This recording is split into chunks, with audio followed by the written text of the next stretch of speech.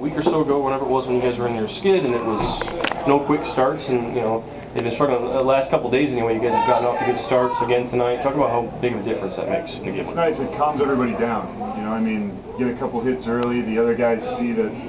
Okay, you never know what every night's going to be. So if a guy comes out and lights out against you, then it takes a while. You got to break through, and somebody's got to get some confidence. So Reynolds had a nice at bat to start the game, and then he hit Tim, and things just kind of went a little bit. Obviously that guy was good. That pitcher had good stuff. So we were fortunate to get to him, and we got a couple big hits, which isn't how we've been doing it. We've been getting some singles and some single runs, but to get big hits and get runs in bunches is nice.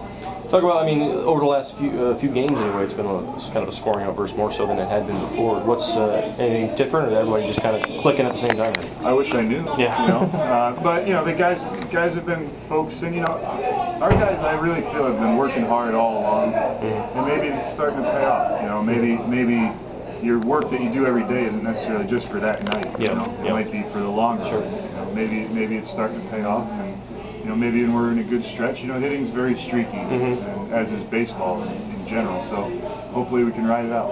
Andy Hargreaves, I think, his 7th win, which has got to be up there in the league numbers. He's had a really solid year out of the pen and on the mound. He's been probably one of your best pitchers, if not the best, I would think, overall this year. Yeah, it's been steady, and it was nice too because he just got named to the All-Star team today too. So. And their manager, Kevin Bowles, is going to be the manager for our half, and so that's nice. He did a nice job, and he was pumped up. You could tell he was excited, and he's done a good job for us. We've known what we were going to get for the most part every time he goes out there.